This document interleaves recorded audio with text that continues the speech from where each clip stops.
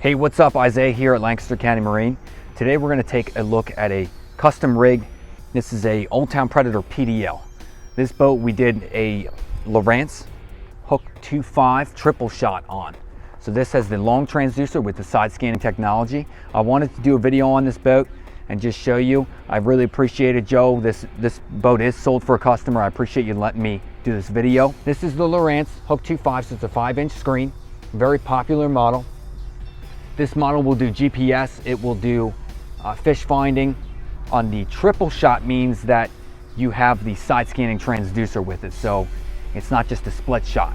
That's the main difference between split shot and triple shot, is when you go triple shot, you're now getting the side scanning technology that you can scan this way out to the sides further. But to be able to do the side scanning technology, you've got to mount your transducer just below the surface of the boat, or to where it's not blocked or impeded by the boat. So let's look at the transducer underneath the boat there. As you look at that transducer, you will see the wiring and everything. It's really clean with how Old Town made the pocket there. They really elongated the pocket so the transducer would fit in there. And that transducer has the full capabilities to give you side scanning technology. A really clean job by Old Town, and it was very simple install. This whole install didn't take me a whole lot of time to do. I mean, I've done a lot of different kayaks and transducers, and sometimes they can be tricky, but this one was fairly simple. So if you're pretty handy, you can do this. Now, if you look where the transducer wiring comes up through, Old Town's kind of molded like a scupper hole right there to allow the wire to come up through the boat. And right here, we did just a through hull fitting right there. That's a Hobie part that we used on this one, but you can do other brands as well. And it keeps it nice and clean, keeps it waterproof so the water can't get inside the boat. Now if you look inside, you'll see the clean job that we did inside here on the wiring. So that's that through hull plug right there where it comes through. This is where the battery is held. In this one we used the Nocqua Lithium battery. Those batteries are awesome. I really highly recommend the Nocqua batteries. I use one in my Hobie Pro Angler, and I can usually get about 3 to 4 days on the water between charges. So really high quality, and they weigh like 2 pounds. It's really small and tiny. Fits nicely inside the bag. The Predator already comes with a bag up front here, so you can fit the battery right in there. For charging and disconnecting, you have a plug right here. You can just simply unscrew and disconnect the plug for the battery and plug your charger in. You can, like I said, the battery is like 2 pounds. It just unzips from this pocket, so you can take it right out, take it in the garage, and charge it in the house too. Now looking at the rest of the wires, then you're going to have your power cable coming from the battery, as well as the transducer cable then going to the head unit.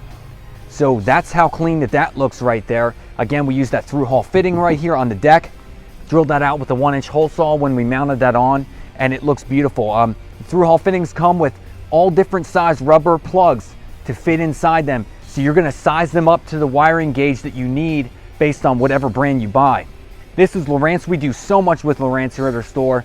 The products are really easy to work with and user friendly, so we really like to mount their stuff. Now, looking at how this system mounts then to the boat, let's talk about that. So if we loosen, this is on a ram system. I like the ram system because it allows you to really, if you got to get it away from you, obviously your feet are in the middle here pedaling, so you want to keep it a good distance to where your foot never touches the electronics. So you might kind of kick it out like that and tighten it up there.